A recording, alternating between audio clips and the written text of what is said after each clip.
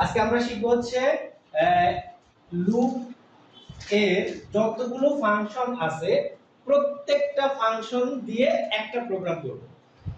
That means একটা সমস্যা সমাধান করব যতগুলো লুপের ফাংশন আছে। আমরা কত ধরনের লুপের ফাংশন জেনেছি?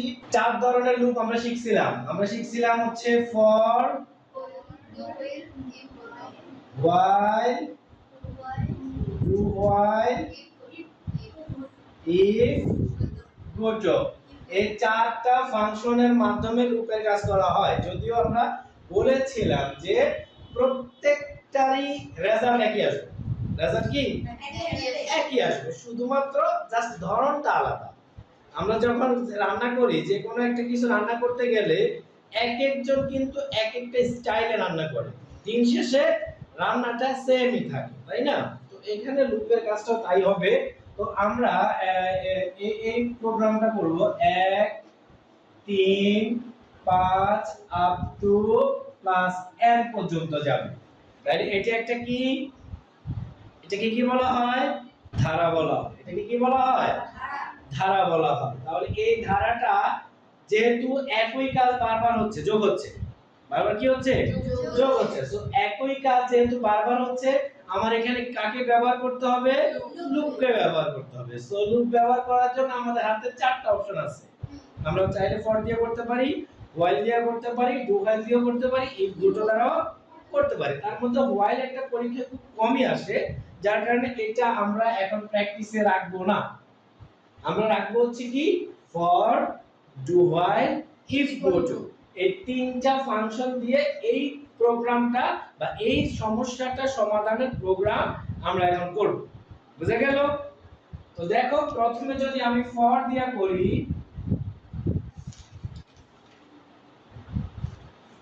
ফর দিয়া যখন করব তখন হ্যাশ include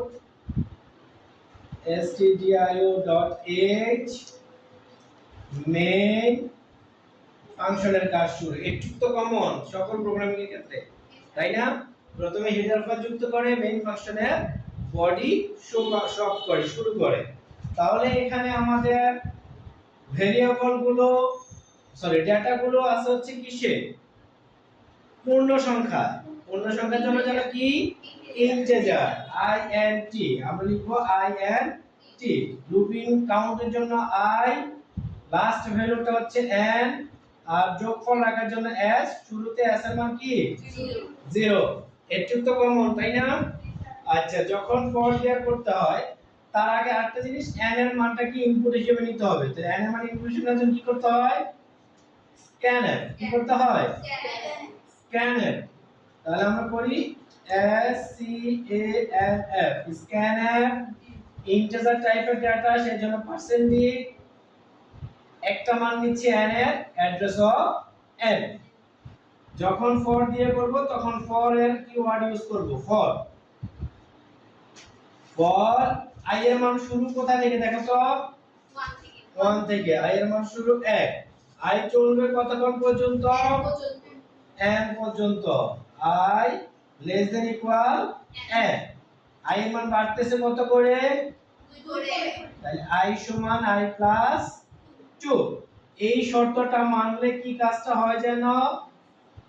s সমান s প্লাস i। এখানে দেখো i শুধুমাত্র সিঙ্গেল ভ্যালু, আর কিছুই নাই, তাইলে এখানে কোনো পরিবর্তন হবে না, এই রাশিটাই থাকবে।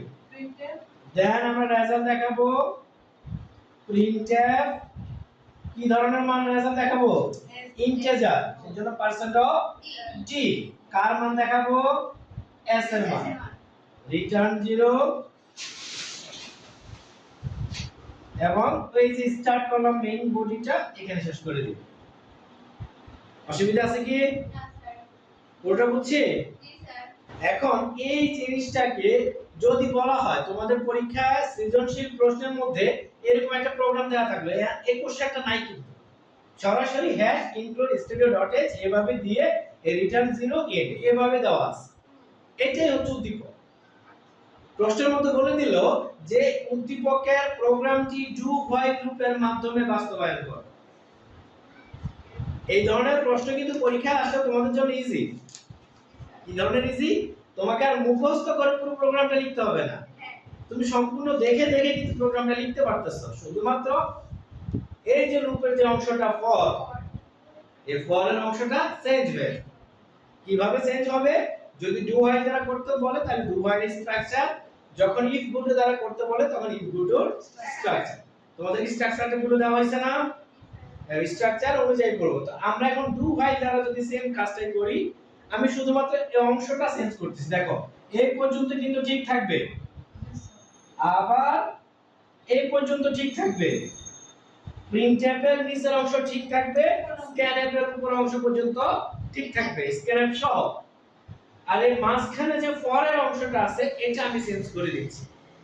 তোমরা পরীক্ষায় পুরো প্রোগ্রামটাই কিন্তু লিখতে হবে, উপরেরটা একটু পর্যন্ত দেখে দেখে যা আছে তাই লিখে ফেলবা, নিচে যা যতটুকু আছে ওটাও লিখে ফেলবা। জাস্ট মাঝখানে এই for এর অংশের পরিবর্তে যখন আমরা ডু হোয়াইল দ্বারা করব,